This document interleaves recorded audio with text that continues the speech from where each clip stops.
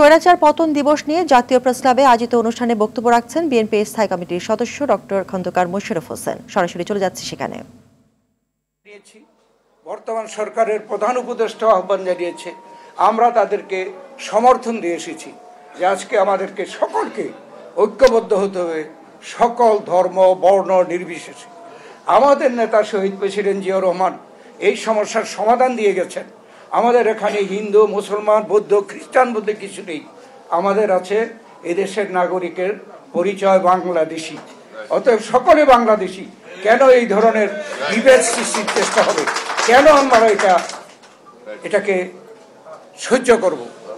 আমরা যদি ঐক্যবদ্ধ থাকি, এখানে 18 কোটি মানুষ, কেউ বলে 20 কোটি মানুষ, যেটাই হোক 18 কোটিও যদি ধরি, 18 কোটি মানুষ যদি ঐক্যবদ্ধ থাকি, যে দেশই হোক না কেন আমাদের বিরুদ্ধে ষড়যন্ত্র করে তারা সফল হতে পারবে না।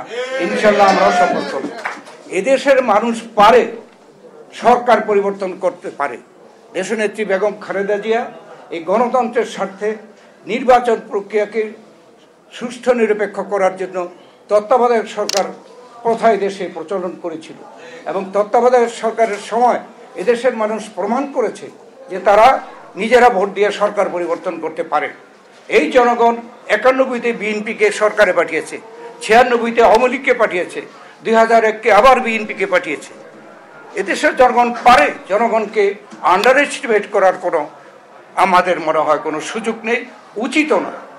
জনগণের উপরে ভরসা করে জনগণ ঠিক করবে তাদের সরকার কে হবে এবং কিভাবে দেশ পরিচালিত হবে।